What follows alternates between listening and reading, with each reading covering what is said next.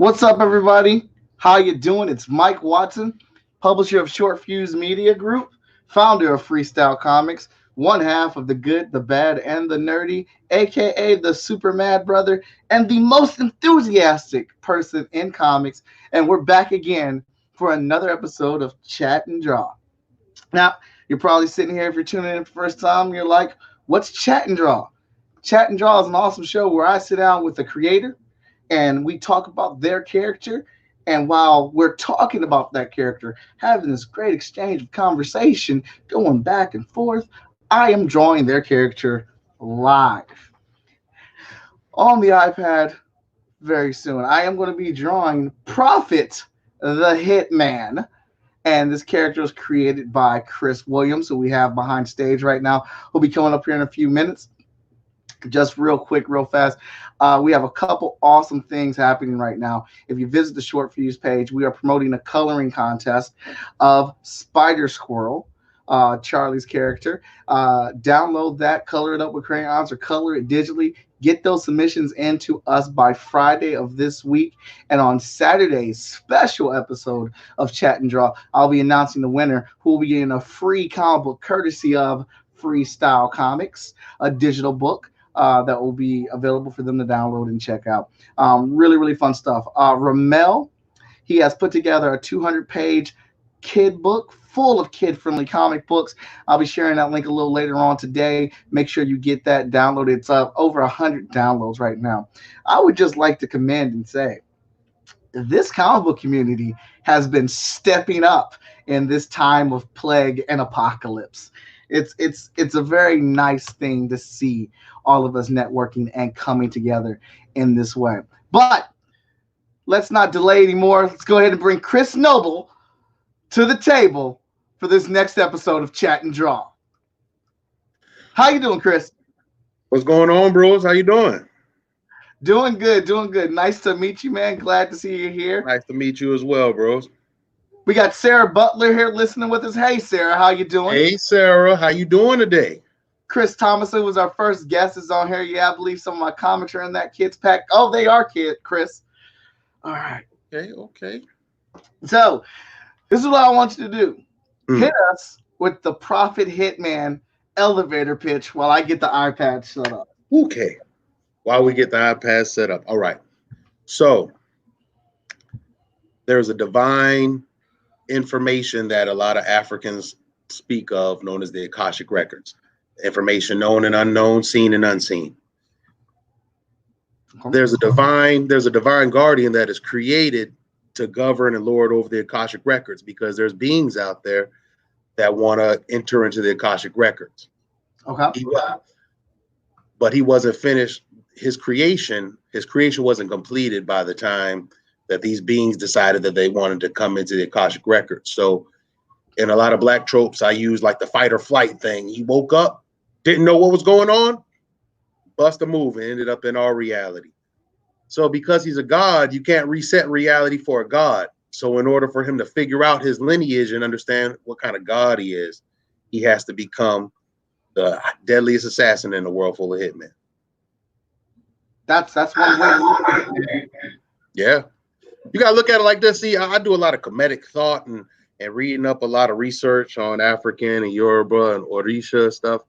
One thing that they always say is that you have to be able to make the spirit, mind, and the body vibrate at one. Now I know it's going to sound crazy, but it's been said that a serial killer is more closer to being God than a normal guy. And the reason why is because you got to make everything inside of you say, yeah, I'm going to do it. Because we have natural things inside of us that'll be like, no, I don't want to do that. So you can get everything inside of you to agree on something that big. So when I read that, I was like, that would be interesting. How would I describe that type of journey? Now, I will tell you this. I ain't never heard nothing like that before. Boy, I'm telling you, man, you got to think about it, man. It's a spiritual thing. There's all type of things that we have that move around in us that'll say, yeah, no, all this stuff. If you're really crazy, you can silence all that and just say, yeah, do it. Because we have all these different triggers in us that tell us not to do these things. And And crazy people don't got none of them triggers because they're crazy, or what we perceive. Crazy people. They ain't got triggers. Crazy people have no triggers. They ain't got no triggers, man. They'll just be doing crazy stuff. They'll just do something crazy, and you'll be like, "Wow, really?" Because in your mind, you couldn't fathom doing it. I don't know how they could, but they did. All right. Well, here. So next question is, how did this character Prophet come about? Like where in your mind or at your point in life did you say, Prophet, that's the character, let's start making it? Man, honestly, keeping it all the way 100 with you, man. I had a dream about Prophet. And my one of me and my friends, David Kent, we always was kind of like big on Hitman type stories.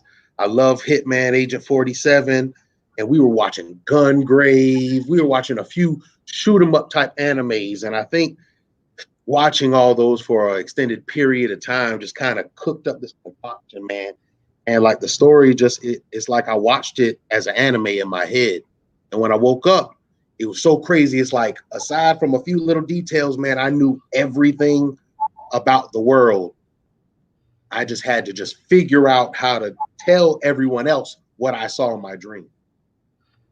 I think that probably happened like maybe 3 years ago. 3 years ago. Mm-hmm. All right.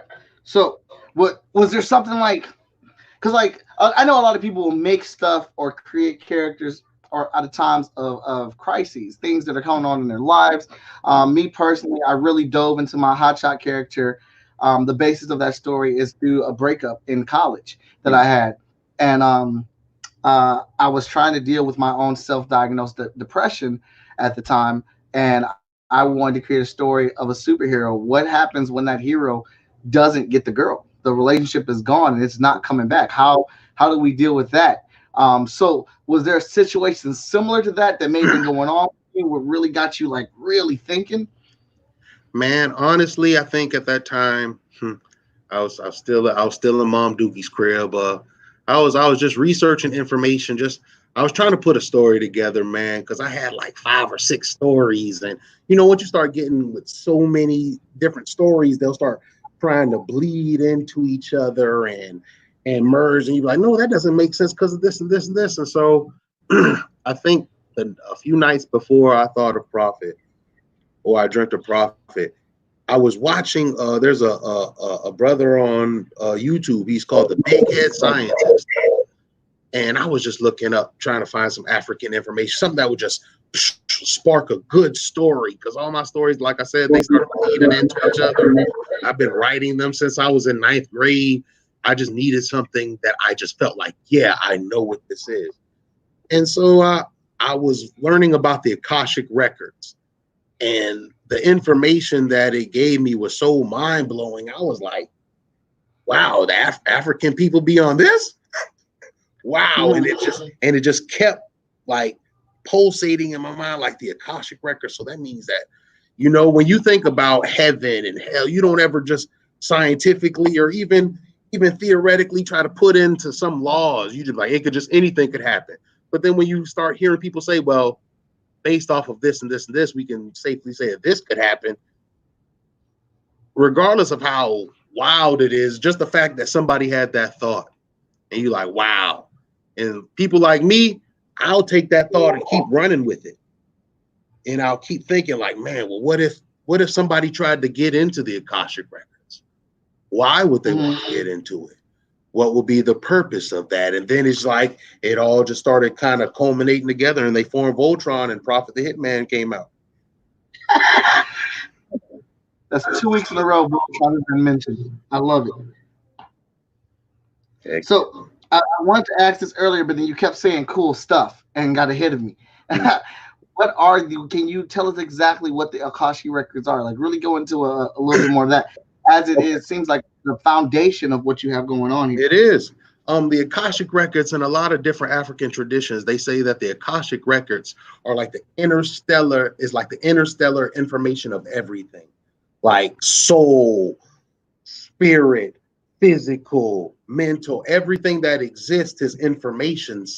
in this record hall that is supposed to, it's like your life, if everybody and everything's life's record. It is the information that the universe gives that we know, and the stuff that is hidden. It's like all information you could think of exists in this stream, and all information you can't think of exists in this stream. And it's just the information of everything. It's like universal information just streaming. The best way I could think about it, I don't know if a lot of the viewers, man, Nickelback had a video where that Saving Me video where the dude had to push the lady out from something was about to fall on her. And then he had like these numbers, kind of like how it was in Lucy. Like you could just see the person's spiritual resonance. It's being able to see that in everything and being able to read that and say everything about that thing, whatever it is. Okay. Sounds pretty deep, brother. Yeah, man. I try to put a lot of my comedicism into the stories because I'm real big on wanting to tell like African style stories, but I want us, it's like some of that information is pertinent, but our society, as you can see, is changing. So we have to figure out ways that they did stuff, but make it work for us. So we have to kind of learn from the old. And it's kind of like, you know what they say when you're trying to like, when you're inhabiting the spirit, like take what you need, leave what you don't. And that's kind of like where I feel like mankind is at. We have to kind of create a new path walk, you know? Okay. So, so do you feel like for you, this story that you're writing with this character, do you feel like this is more the entertainment for you, or are you just taking a twist, a little spice to facts, to your research? Yes, I am trying to no, not what I'm trying. What I've done is I figured out a way, because I wanted to talk about a lot of things that we as Nubian people, what we deal with, and like certain things, like I said, when he was created, you know, Black people often suffer with the fight or flight synapses. Hey, everybody's running. Oh, I'm either going to run or stay and fight whatever is coming. It's like that's kind of how we do. I wanted to talk about a lot of those different things in our society, but I wanted to give it away like this is how God would look at that, or a God would look at that, based off of this ability to understand everything rapidly. You know what I'm saying?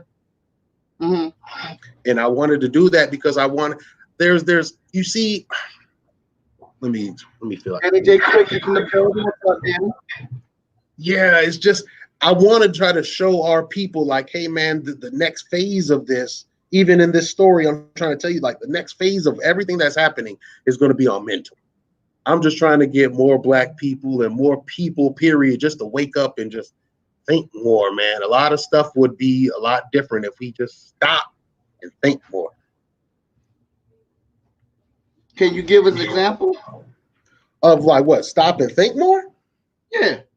I mean, like look at the world right now. You know, it's like, think about what's going on with the whole presidency and this coronavirus.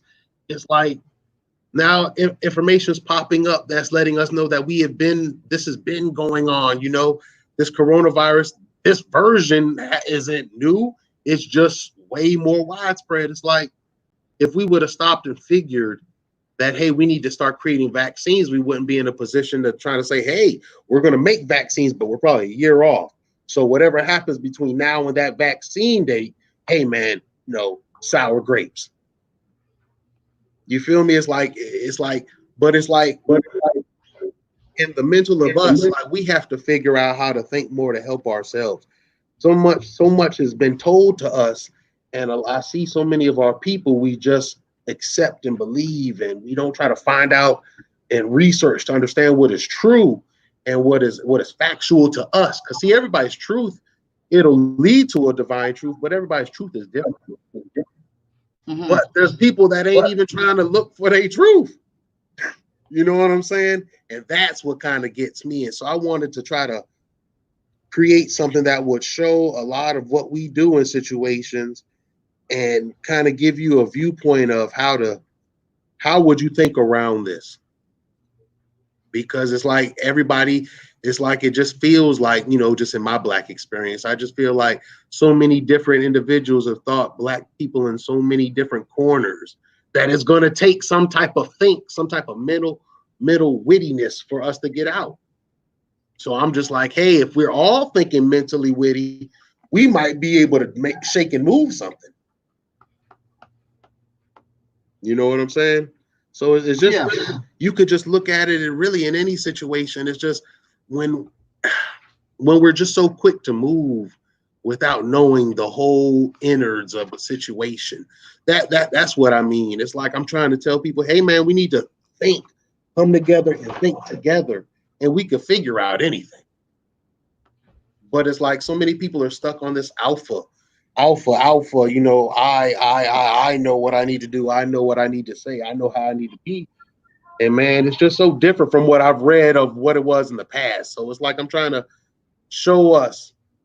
use the story to kind of show us that we need to be mentally prepared for anything, but we actually need to really prepare though. Not just talk about it, not just do it, because there's stuff that exists in the universe that we have no idea of, that we do have ideas of. And some of that stuff, just if you ever just decide to read any of this conspiracy stuff, some of it'll scare the mess out you. And I'm not saying that I'm a conspiracy theorist, but I try to take a little bit of all information in. And if a piece of any of this stuff is true, my God, we got to have some think tanks. And I'm just trying to talk about all that type of stuff in this book. So is this book out yet? Oh, the Kickstarter starts at the end of April. End of April. Mm-hmm. All right. So, well, how long was your process creating the character? How long did it take you to get? Well, Prophet probably went about before I finalized on a design, it probably took me about a week. Because it's like I said, I saw the dream anime in my head of Prophet, and I was like, oh, I know how I want you to look. I just needed to figure out how did I want his world to feel. And that was what kind of gave me the longest process. And I think that kind of took me about 3-4 months to figure out what type of way did I want him to move, his world to move, how for it to feel and be able to tell this type of story. Because I wanted it to be very futuristic, you know what I'm saying? But I wanted it to be relatable to where people be like, yo, I could see a brother like that in the hood, young smart brother trying to come up, type stuff like that. All right, so that was just the art process, though. So you're saying the design took you about a week to do? Yeah. The art process, it took me about a week to finalize. Well, what about the internals, the character, the story, his story, his life? Like, how long did that process take you? Man, till last year, dog. Like, because it's like I have you ever been able to you saw where you wanted it to go, but you had to figure out the transition. Like, okay, well, if this character dies, you saw that character die. What situation came about that led to that character dying? That's kind of what I kind of had. I had the overall story of where he was coming from to where he was going, but I just needed the transitions. And it wasn't until I really got with the writer and artist of Lawful Evil, Rashawn Rogers, and man, we just kind of started bubbling, and like when he started helping me understand transitions, and that was about like the ending of last year. And once we kind of solidified that, we just started running.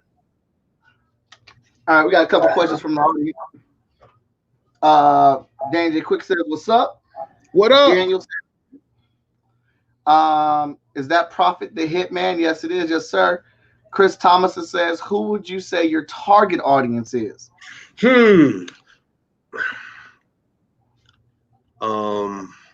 There's a large influx of conscious-minded, like nerds or blurs or just a lot of conscious-minded individuals. I want to say them because I feel a big wave of consciousness sweeping over like a lot of different peoples. And the way I want to present the information, I feel like people that are kind of trying to find themselves will be able to really like grasp this. So really conscious-minded individuals, and if everybody else kind of likes what they see to the point, then you'll be able to get something else. Because I put something in there for everyone, but I wanted to make a book that talked a lot about science and made science action-based. Mm-hmm. All right, and then okay, ask how far along are you in the book? But so you're saying by the time you do this Kickstarter at the end of April, your book's ready. Yeah, the first by the end, yeah, first issue will be ready. All right, I'm just trying to make sure I'm covering all the comments because we're streaming on YouTube and we're streaming on Facebook at the same time. Okay. All right, just trying to balance both of those. All right, so let's talk a little bit more about this character because these guns are sick. Yeah, man, Tyrant and Peacekeeper. So what's the story behind the guns? And then we got a Chris Thomas a question after that. How did these guns come about, man? Because they're similar, but they're different. Yeah, like one is like a revolver style, and one is like blades that one what was it, Blade 1 or 2, when he had that automatic that just like the street sweeper, that was kind of like my homage to that in Gungrave's gun mixed together. Mm-hmm. But Tyrant and Peacekeeper, man, those two guns are like manifestations of his consciousness. In the story, you find out that Prophet's a god. He's the god that's supposed to like be in charge of the Akashic records. He controls the streams of information. And what happens is when he's brought into this physical reality, it's like he kind of has an earthen experience.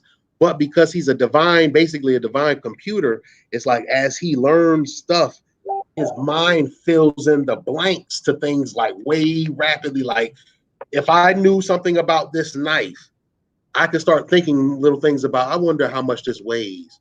I wonder how much this is, or what kind of metal this is. His mind will say this is a knife. So based off of the fact of where we're at, he'll start filling in all the information, and then he'll fill the information to know everything about the knife. So in the story, he finds himself when he comes to this type of realm, like a physical realm, he ends up with a street gang. And so they start teaching him about licks. And in the hood, they say, hey, man, the person who got the gun got the power.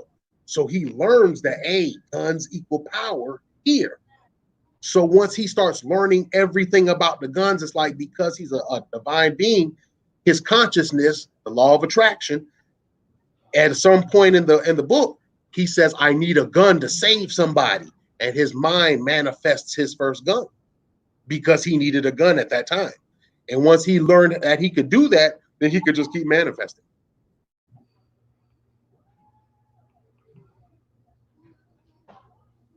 All right, so I really dig how it feels like it almost feels like, and I hope you don't take it as the insult, as a flip on how they do things in the Matrix, how they can download the information that kind of sort of, because they said that in the Akashic records, they said that would be akin to like the Matrix. And it's really, the story is about, it's a story about a god, but it's like, you know, African people say African stories say that we forgot so much about our heritage, and it's really about, man, you already know this stuff. You have to remember this stuff. And once you remember it, you can do it. You just have to remember that that's what you can do. You just have to remember that that's what you can do. Yep. So in your story, you're saying it's always been there. It's always been there. Something happened and you forgot, but it's still there. You just have to know how to twitch that muscle. So are we going to ever, and I don't want to get into too much spoiler territory, but are you ever going to investigate what was that thing that made us forget? Ooh, my God, yes. The way me and Brandon Diddley, the head man at Concept Moon, we're breaking it down to arcs. Right now I have like 3 arcs. It's probably gonna be like 3 to 6 books each, depending on how we string it out.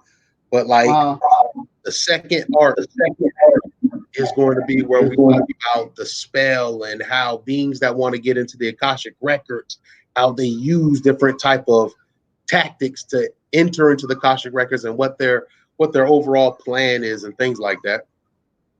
And because we have to talk about what's called Kingu, the spell of ignorance, we have to kind of go into like little things of, and of course I can't prove why this happened, but I have certain theories that a few other scientific people in the scientific community was like, yeah, that is kind of right. So I'll just kind of be throwing that out there, just something to make you think. Okay. All right. How about Chris Thomason wants to know who is Prophet's villain. And thanks, Chris. I appreciate that. Yes. Okay, so Prophet's villain is this guy called Sergius. Sergius, I love this character. If Prophet would be like Wakandan coming to America, it feels like that. But they're like bodyguards to the man. The opposite side, I use kind of like the Vatican as this. So Sergius was like the third cousin of like their Pope.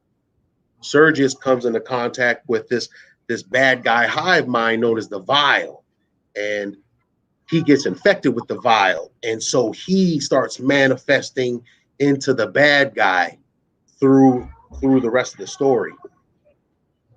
Okay. I should have sent you some pictures of him, but I was like, man, I didn't want to overload the email. But I'm gonna drop some pictures of Sergius tonight then. Man, you can't overload the email when it comes to this comic stuff. This is what I live and breathe. This is what I'm here for. I know that's right. This is I admit, like, part of doing this show now is that I get to meet these new characters. Right. And get to talk about them, find out about them and stuff, and get to put my interpretation, my little spin on them and whatnot. Mm-hmm. Because I am a comic book fan, so seeing this stuff, meeting the creators of it, and conversating about it, this is all stuff that I am here for. While yes, at the same time promoting, and putting my art out there or whatnot. Chris is saying this is dope. I think he was saying that's dope to your idea. What you were saying. Okay, right, that's what's up. I appreciate that, man. This is. Honestly, I've been talking to people behind the scenes like, why don't they do something like this? And then all of a sudden you pop up with this. I was like, boy, I know it's in the water. This is what we've been doing. Man, honestly, to all the comic book people out there, bro, me and my peoples were searching for y'all. But honestly, it felt like they were trying to hide a lot of this stuff until where they made it where everybody can do it. But I used to look up who's drawing this stuff back when we still had AOL and you had that weird noise in order to get on. The I was like, yo, who is black that draws comics? I want to draw comics, but I feel like it's all these other colors, and we just don't got no representation. I wish this existed back when I was in high school. My God, my life would have been my God. I would have been like, oh, those guys? I need to meet those guys, but it's like we never had no way to find these people. And then if we did find out, like, brother Machindo Kuma, I knew you drew Batman and Nightwing and stuff, bro. When? You know what I'm saying? Because they never told you any of this stuff. They're like, nah, you just see these little names under these credits. Hey, those people get paid. They don't get paid to get seen though. So it's like you just don't know. Like, oh, that's just some African brother. I can't believe I thought Machindo, that's just some African brother. And then I meet Machindo Kuma, I'm like, oh snap! Well, I thought I saw you like Jaimon Hunsu. You know what I'm saying, with a name like Machindo Kuma, and you like, wow, boy, there's so much information that they're not telling us about our people doing the same stuff. So I implore you, thank you, keep this thing going, man. There's a whole bunch of people that you should just do this for, bro. Good on you, brother, for real. Well, we tried, man. We've had a very good response to it. I think I'm booked for the next. I'm booked for the next like 2.5, 3 weeks. Yeah, for real, man. Y'all might mess around. I might have to come around too because after I make profit, I'm working on another one, and I might want you to do that too. That might, whew, you might be booked for about 3.5 weeks now. Hey, I'm here for it. All right, shoot, that's with it. I'll do it.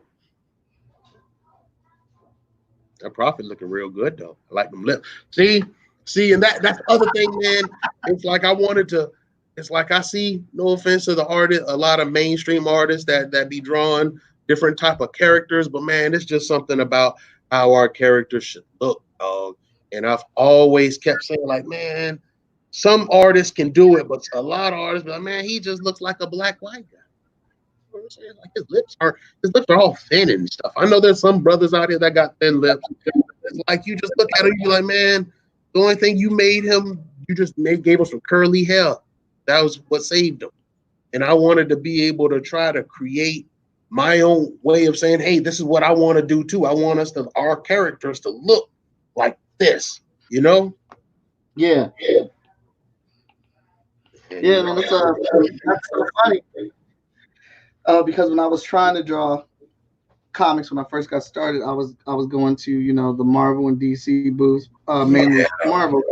You know, I'm not gonna lie, man. I still want that on my resume. I want to be able to say that I drew a Spider-Man book, an X-Men book. Um, my God. I'm not gonna stay there forever, but it's definitely something I want to say that I got to do. Yeah. Yeah. And in reviewing my portfolio, I would always go up there. I would talk to them. They say, "Oh, okay, you need to work on this." I'm like, "All right, cool. Come back. You need to work on this." So that went on for like 2 or 3 years or whatnot. And I finally came back and they had nothing to say. Brought me in the back room, and I was like, "Oh man, this is it. He about to tell me what book I'm working on. We about to sign a contract. We about to what's going down." And he told me, "We really love your style. We like what's going on here. I could tell you can draw. You've improved on everything that we asked you to. I know you've been coming here for a while, but your style is too urban for us, and that's not what we're looking for right now." Boy, I know that was like the kiss of death in your soul. You was like, what? Hold up. So I done went into the 7 years of the wilderness, went and learned how to juggle fire, spit ice, run on wind, did all this stuff that would have took somebody else leisurely years to do. I did this like in 2 years. I reached the pinnacle. You like, man, I can't tell you nothing. And then all of a sudden they hit you with this, man, we ain't got nothing for you, bro. You too black for it.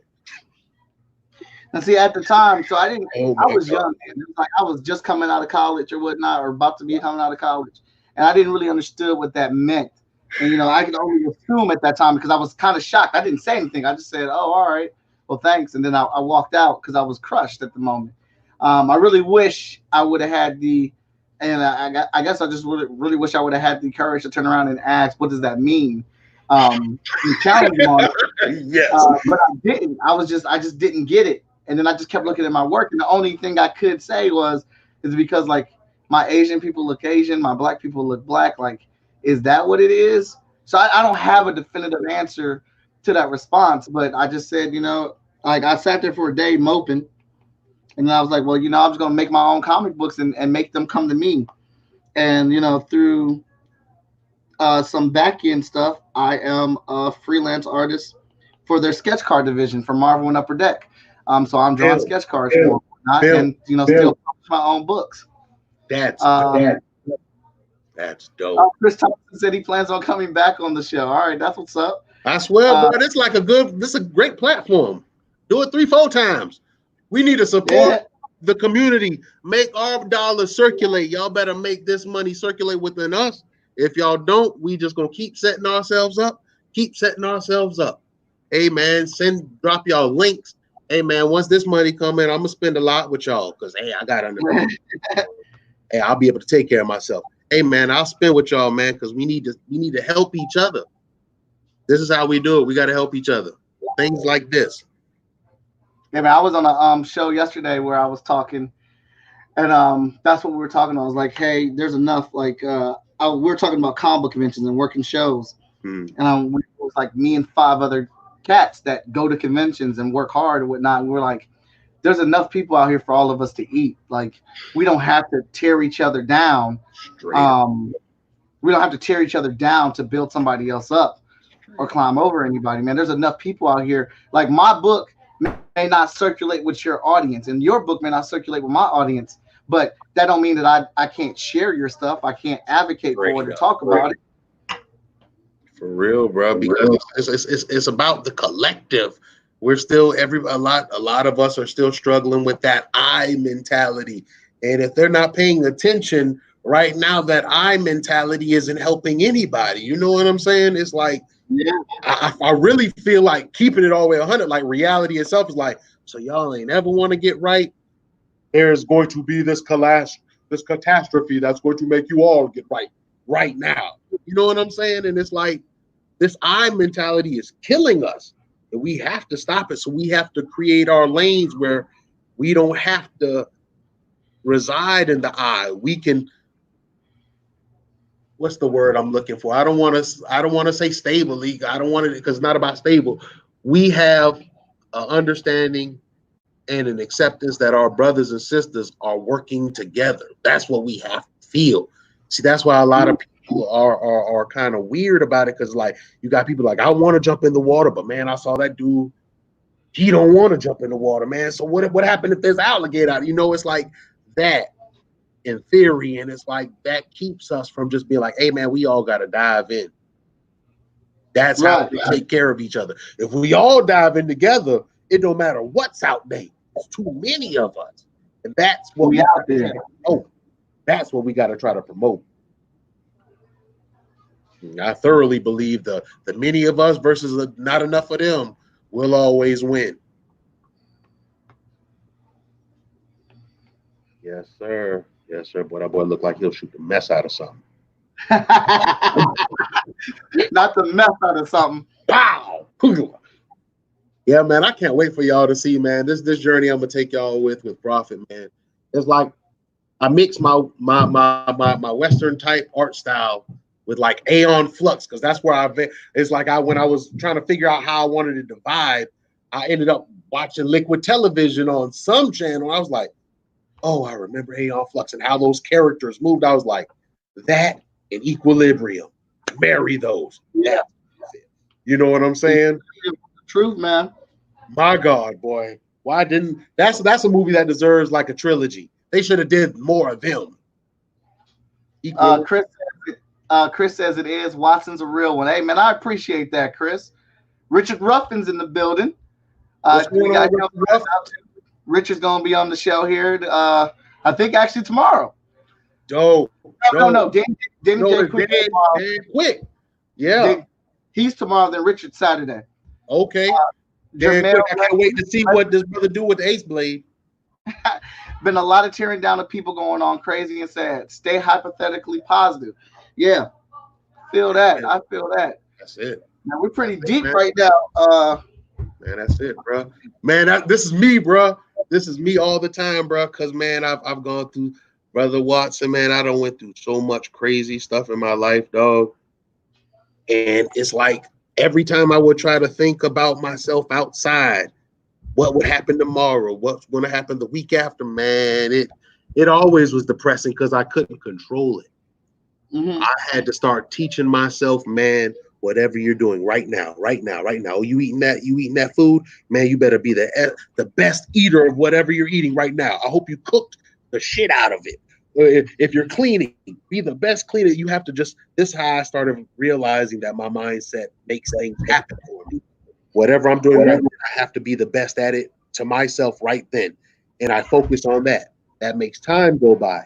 You keep doing that, all of a sudden you'll see a week done went by, a month done went by, a few months done went by, a year done went by. You're keeping yourself in this era of positivity, like, yo, I just got to make it happen. The universe is going to help me make it happen because I'm doing my job that the universe asked me to do to make it happen. You keep that type of thought go, stuff starts transforming, bro. Mm-hmm. And I'm like a living testament to that.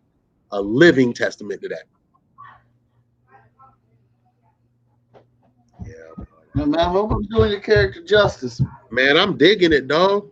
Man, I love seeing profit in different styles, man. Like you tell me how you think it would look. You know, that's awesome, bro. The art is so subjective. It's like I realize another thing in our lane, the black lane, is like a lot of us are stuck on trying to tell each other what things need to look like instead of just appreciating what we're doing. You know, I've noticed that, like, no offense to any of my Caucasian people that are watching right now, but y'all artists, y'all be click tight. Y'all be click tight. There might be a little backbiting or something like that, but man, y'all usually keep that so hush. We don't hear about that over here. Let something happen over here. Everybody knows what's going on. You know what I'm saying? And that's really terrible. That's really terrible when you think about it. This lane is only opened up to us in the last, I honestly want to say, the last 4 years. Really, it kind of maximized when Black Panther came out. That's when they was like, oh, y'all could really do something? What? We were just putting the movie out there because he was in the Avengers. We knew y'all gonna love it. But we didn't really know y'all was gonna love it. All right. And that's really when it really started, this consciousness pop. And bam, everything just started getting so, honestly, everything started getting so black. That's when they was like, yo, man, they can do it. They can do it. Mm-hmm. That's when it changed. We need to capitalize off that. Figure out what we did right. Rinse, repeat, reuse. You know what I'm saying? Right. So, what kind of rewards? Can you talk what kind of rewards you're gonna have with this Kickstarter? Man, I got a few artists that I've commissioned to get some artwork. I know BD, he has some shirt stuff that he's talking about doing. I know I've seen that he's dropped a few, like conceptmoon.com. Y'all can get y'all shirts. Shameless plug, love it. God dang, he got some shirts coming. I don't want to really get into saying everything that he said that we're going to try to do, because I know with how the market is right now, things are fluctuating. But I know I have some dope art by some of the dopest cats in the game that I'm going to offer. I know that I'm going to, if I have to make it happen, I'm going to have some dope t-shirts that you can wear with almost any pair of Jordans or any pair of I don't know, the Regal shoes, because all I really walk around is either work boots or house shoes. So I don't know what's fashionable right about now, but I have some stuff for you guys. I want to cap you right there. I think that's really clever that you're thinking about your market. One of the things that you said was you're going to have shirts that work for any pair of Jordans that you're wearing. Jordan is the most popular shoe in the dang tennis shoe in the world.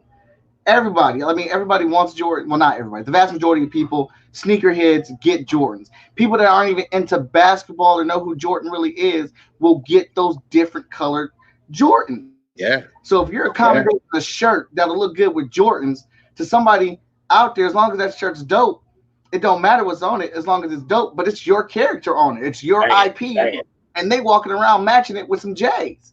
That puts it, that starts to go outside of your market. Heck yeah. I used to look at a lot of comic book shirts, and they were always like one way. It's just like, nah, I'm just gonna put on a cover of something. I didn't see too many comic book artists back, especially like in the 90s and early 2000s. They wasn't like making comic book shirts to fit the everyday. Nah, I'm just putting one of my momentous covers on a book or this fresh pose or something like that.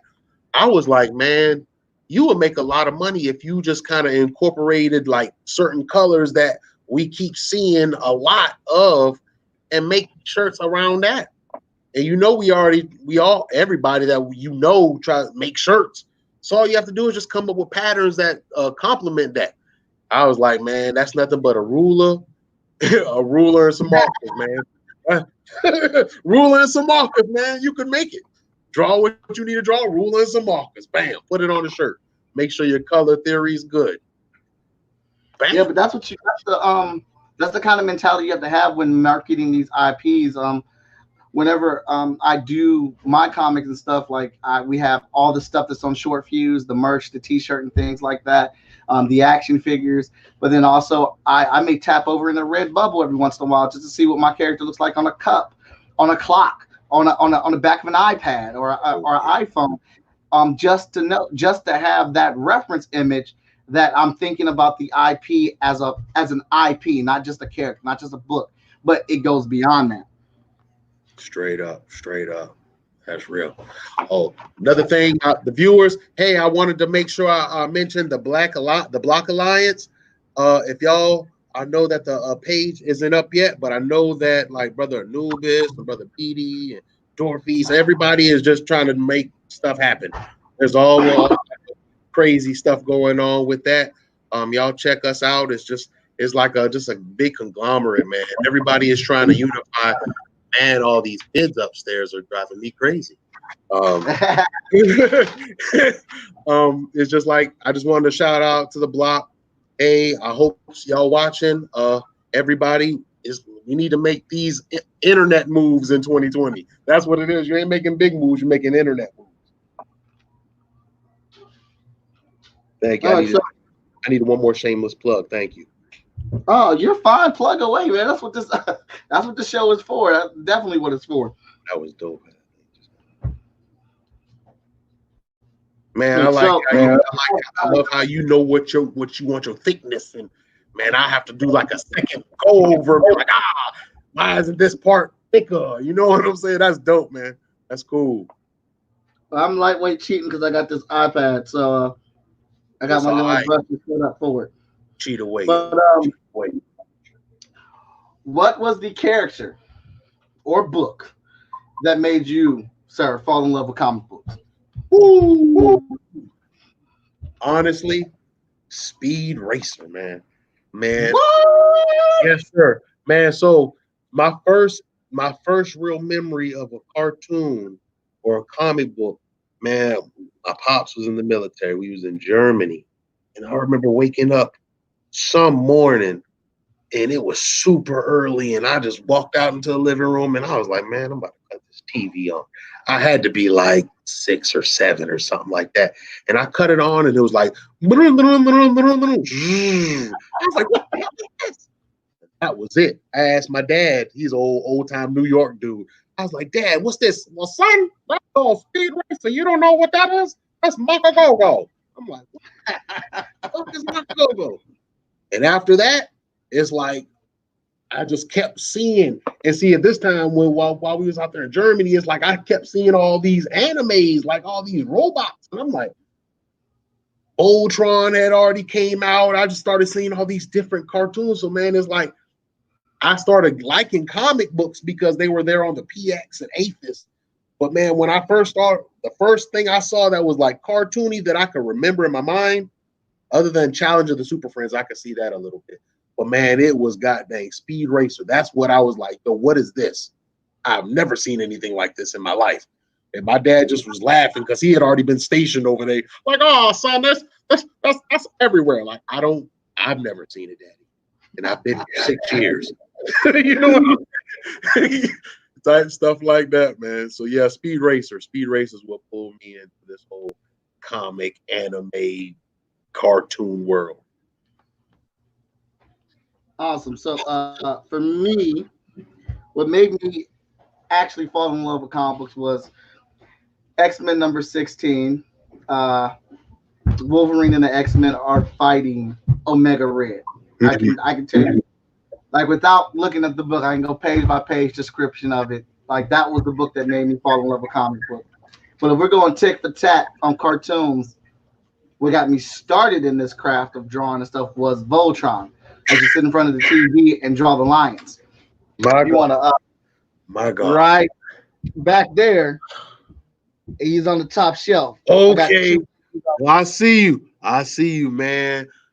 Boy, I got the die-cast original one in my living room, and a buddy of mine got me the Lego Voltrons. Andrew got me the Lego Voltron. And I just assembled that. So I'm so envious. When I did have the money for Lego Voltron, man, I couldn't find not one. I was looking for it, and it was like by the time I started really trying to look for it, the prices had inflated on it a little bit because it was all exclusive. And it was around the time when the Voltron, the new animation came out. I was like, yo, I do remember I love Voltron. I got to get all this Voltron stuff. Man, my homeboy got the little Voltron ring that was on Deadpool. I tried to get it. All of them done got bought. I'm like, come on, man. I can't get on the Voltron train. I couldn't find a Lego Voltron. The only thing I used to have the action figures. I used to have the old ones. Okay, I never had those. I had the people. I never had those, but I wanted those, and I was hoping the action figures of the new characters because I love the new Voltron show. Yeah. But I don't like the action figures. The action figures don't look good. Yeah, they're like the same color as the line, but they're all small. But I don't like that. If I remember them action figures for the first ones, it's like no, Keith was like he could fit in the chest, and you just close the chest up. You know what I'm saying? That was the real Voltron toys, where you had the people that you paid for separately inside the robot that you paid for each piece. I'm hoping Shig Fig Arts or Figma does the actual action figures of them. Figures? Boy, that would be hard, man. That would be hard. Sean Max in the building. He said, "Here comes the Voltron stories again." You're right. I'm gonna make it a subconscious thing that Voltron gets discussed on here every episode. Man, Voltron is the shit, dog. Voltron is amazing. And we're 2 weeks, 2 episodes in a row. Well, you already know if I come back, we're gonna talk about Voltron again. Man, honestly, since we're talking about it, man, I thought that this last one that came out, that thing was masterfully done, dog. I loved how they used Shiro to talk about Finn and all that. Because at first I was like, well, when is Shiro supposed to go lead the rebels like Finn did in the original? Is this the original? Is this a remake? And it's like I didn't understand. But then when I took a break from Voltron the fourth season, and I just kind of watched some other stuff. When I came back, I understood. I was like, oh, it's like they kind of glazed over what happened, but they're kind of just continuing it their own way. Oh, well, damn, that's pretty smart. That's when I just really had a brand new appreciation for it. I was like, oh, these cats, they could do anything with Voltron. Voltron could do anything. Well, Jermil, I hope I'm pronouncing your name right. I apologize if I pronounced it wrong. Jay. He's asking in color. No, just digital inks on this, and then I'm going to email it to Chris, and Chris can do whatever he wants. If he wants to get somebody to color it up for him, he can. You gonna color for me, Jay? You gonna color for me? Man, so let's go right now. Let's go. Favorite villain all time? Woo! Dr. Doom. Dr. Doom? Yes. Why? Because, man, up until like recently, really, man, nobody's really been able to defeat Dr. Doom, man. And he kind of has a lot of, and it's like you might stop him, but you really don't hear about him being like really defeated, bro. And I respect that. Like, I respect the bad guy. Like, oh, you just stopped my plan, but you ain't beat me. You know what I'm saying? I like those type of bad guys because it just shows that the bad guys have depth. Like, hey, man, he might have been able to open up on you, but you just kind of stopped the plan, so you just have to go rethink the plan. Man, I always loved Dr. Doom's designs. And then Doom 2099, my God, I think that was probably the one character other than Spider-Man I drew the heck out of. Man, I thought that this Doom 2099, that design did something in my young mind. I was like, this looks so good. It was just a normal Dr. Doom with spike. But I don't know. Something in my young mind was like, this is the most beautifulest thing Marvel has ever drawn. Man, I drew that thing, I think, like 37 times. My mom thought it was a demon. She was like, what is this, Chris? Is this a demon? I was like, no, Mom, it's a comic book. She's like, I don't want to see this comic book. I showed her, and she was like, well, what the hell is this? And I was like, try to explain it to her. But of course, you know, old school, they like, Dr. Doom. Why you want to follow a character named Dr. Doom? Type stuff like that. You know, the old heads, they don't understand why we like the stuff. We don't understand why our kids like the stuff they do. Right before I got on here, I was watching for an hour some little Asian cartoon called Lubo Bay with my daughter. I didn't understand what that was about. So you know it just keeps going down the pipeline. Right. For me, it's Agent Smith from The Matrix. Favorite film of all time. Why so? Why? Dude, he was just he played his role, right, man? He played his role. And I really started to dig him when he took them glasses off and he was talking to Morpheus and he like wiped the sweat off and put it in Morpheus's nose. He was like almost like just like I was like, this dude like just the disdain, like I just hate like, a lot of you guys. He just had a real hate, and the way he just constantly he said Mr. Anderson with such disrespect. It was just he was just it, man. Yeah. And then when he got unleashed in the sequels and stuff, he just had so much fun with the character. But Mr. Smith was my favorite all time. That really made him one of my top favorite bad guys. The way he did that, I was like, man. And then when I saw him, because see, hey y'all, I really haven't watched the Lord of the Rings, but then when I saw him in Lord of the Rings, I was like, what the hell? You know what I'm saying? Because I done seen him as hardcore Agent Smith, and I see him with elfin ears and long hair, and I'm like, you're not killing nobody? This movie's terrible. Now, Lord of the Rings. No offense to my Lord of the Rings. My homeboy David, he told me I need to watch it. I will get on that eventually. I got you. We got a lot of time on our hands. Now, Lord of the Rings is the truth. Now, that's my all-time. He told me. He said, Chris, you haven't seen the only movie I can honestly say I don't watch all through was what is it? Smog, the Desolation of Smog. I watched that, and then by the time all my people was like, so you ain't seen none of the other ones? I was like, I watched a little bit. No, this cat ain't watched none of them, bro. And then I got clowned so bad. So obviously, if the most hoodest dudes I knew saw all these movies, obviously they must be good. I just haven't gotten around. Oh man, it's the truth. It's the truth. Very inspirational films. Okay, Jer Meal saying he'll color it. He said close on the name. I'll accept it. Is Doom really that bad though? Yeah, he is. I got the Marvel. Yeah. I got Marvel Ultimate Alliance 3. He's part of the new DLC. Yeah, he's evil. Yeah, man. Doom is the truth, man. Like Doom, he can mess you up a lot of different ways, bro. Sean Mack, Daniel's right. Watch the extended editions, man. It's not for everybody, but the only way to watch Lord of the Rings is the extended editions. I don't watch regular. I always watch extended. But Sean Mack's got a question for you. What's the dream team up for your Prophet character and why? Like as far as like who would I want Prophet to team up with? Yeah. Oh my God.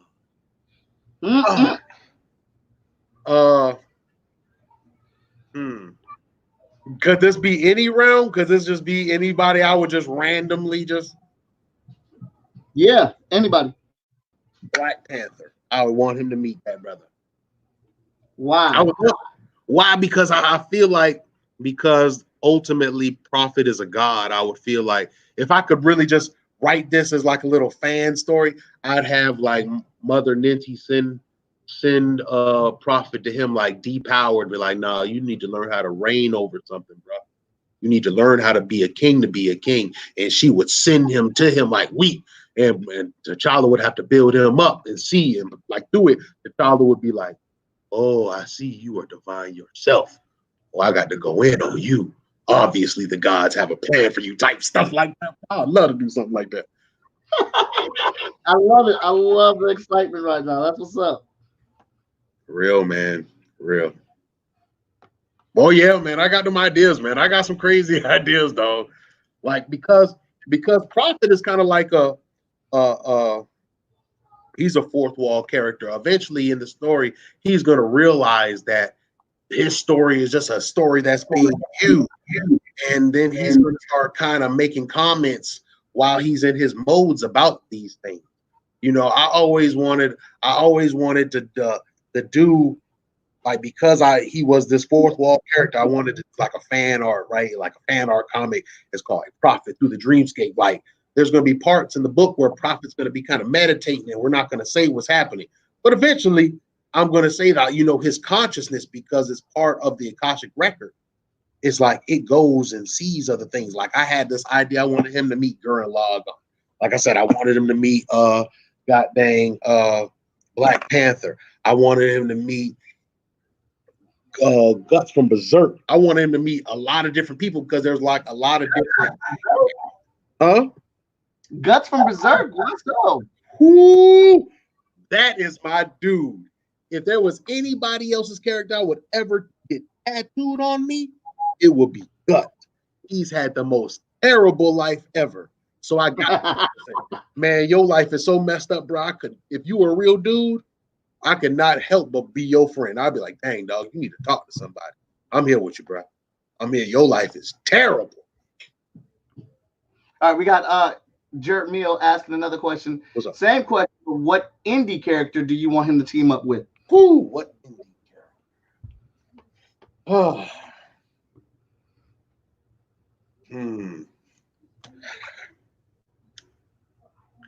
To a degree. What's that, brother? Oh, man, I had an idea of him. It is not like a character. I had an idea like last year for like this kind of heaven or hell crossover. Destroy those kids. Better destroy those kids, D. If you don't destroy them, I'm gonna destroy all y'all. I'm sorry.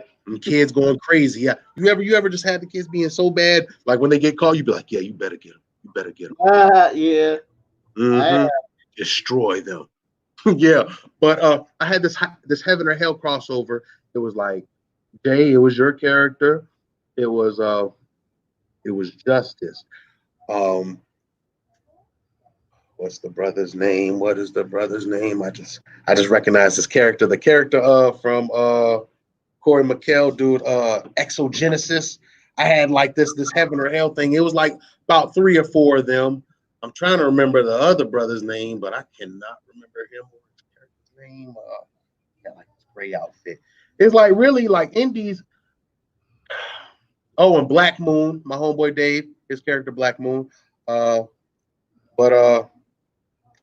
I really wasn't like thinking like any of the indies would have even wanted until I got with Concept Moon. I wasn't thinking that any of the indies really wanted to bubble with me until I kind of got to that point. So I wasn't really thinking about that. I mean, I had people that I was chilling with, talking to in this black art game that I was like, yeah, of course I would do something with them. But I never was like, who would I want out of everybody? You know, it was never like that thought. It was like, man, whoever wants to be in a team up with Prophet, he'll do it. You know what I'm saying? It was kind of like that more so than who did I want to have a team up with. Mm-hmm. Yeah, boy, you got him looking like a brother. I love it. Yeah, your mother, come over here and try to take this. I will shoot you. Yeah. What's up, Dennis? How you doing? Brother D, what's happening? Yeah, boy, that thing look nice. Yeah, I see him. He about to put them waves in it. Yeah. Wave game always has to be on 100 unless you got dreads or braids. I saw the waves on him. I was like, I got to go ahead and make sure I get them in there. Yeah, man. Yeah, man. That's the other thing. I man, like some of the characters I'm gonna bless y'all with. Man, we got Vegas Bombing. He looks like King Joffer. We got Han. Han looks like old techno cyber street. You know, like how them Asians like to dress in like our clothes, but they put like techno stuff on. He's like that. We have so many. The sisters, I got 2 twins for y'all, and man, they gonna look like Egyptian goddesses, but they so ratchet. And it's like I wanted to use them to just kind of talk about y'all some of these sister selfie lives, some of their little IG lives, but I still wanted them to be able to destroy anything that came around. So it's like, man, I got so many different characters that I can't wait to just show y'all. All right, Sean Mack has a question. What's up? Said, interesting, Chris Williams. Why did you think indie creators wouldn't bubble with you?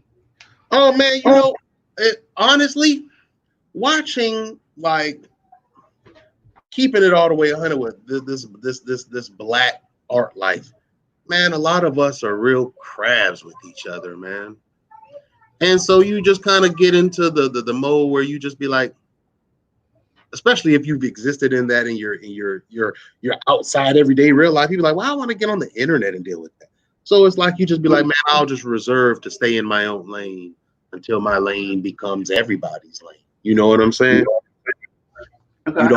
You don't because you just like all these. There's so much trivial beef going around with so many different artists and creators and all that, and it's like some of it just gets to the point where you just like, man, bruh, I don't see these other folks really beefing like that, and these people have stuff. But when we beef like that, we just sit here and we don't move forward. So in my mind, I was like, man, rather than deal with all this politics that you know nothing about because you just came digital like 3 years ago, man, you sit in that area and you chill out and you just draw. And if you get cool with somebody, that's cool. But if not, don't you just go looking for anybody because you don't know what could happen. Right. Tyrell says, what's up? Jermio says he can't wait to color this. Sean agrees. He says facts. Richard saying he thinks he'll make a great matchup with Pinpoint from Chess. Okay. Chris, we're in the final moments. I'm actually showing the video replay of the drawing being put together. Thank you, sir. I hope you like it. I do, man. I really dig it, boy. That boy look like he's ready. Let everybody know where they can follow you at. Hey, man, I am on IG. It's C Noble 1982 here on Facebook. Chris Williams. You can find it. You can find up-to-date information about Prophet and our myriad of characters at www.conceptmoon.com. The Kickstarter will be starting at the end of April. Y'all please support. If y'all got any ideas or whatever, once y'all start seeing all my stuff, holla at me. Holla at me. I want to just be a staple in this community, stand up for all our people, and man, let's just all grow together. All right. Well, everybody, I present to you Pinpoint, drawn by me, representing Short Fuse Media Group and Freestyle Comics. I mean, Prophet. Why did I say Pinpoint? I was going to wait till you finish. I'll be like, oh, yeah, you meant Prophet. Because Pinpoint was just Prophet. Hope you all enjoyed it. Hope you enjoyed this episode. Looks like Jermil is going to color it. So I'm actually looking forward to that. Chris, if you can message me your email, I will email this right over to you. All right. Everybody be sure to give my YouTube page a follow so you can get the updates and see when these new episodes will be posting, and give us a follow on the Short Fuse Media Group page. Check us out because we got a lot of stuff that we are sharing to help promote other creators. I am Mike Watson. Follow me at Art of Mike Watson on my Twitter, Instagram, and Facebook. As always, had a great time. This was another good one. I'll be joined tomorrow by Danny J. Quick. I'm going to get my hands on my paws on Ace Blade tomorrow, and looking forward to it. Thank you again, Chris. Any last words? Man, I appreciate y'all hanging out. I appreciate y'all learning about the character. Man, I will see y'all at the end of April. In fact, I'm going to be back here like 2 weeks because we're going to talk about Gaiden no Mageyu. We're going to do all that. Okay. All right. Looking forward to it, sir. And everybody, hit up the Short Fuse page. If you want to be on an episode of Chat and Draw, message us on the Short Fuse page, and we will get it set up. Thank you again for tuning in. I'll see you tomorrow, 3:15 p.m. for Danny J. Quick and Ace Blade. Good night, everybody. All right. Hotep, y'all. Hotep.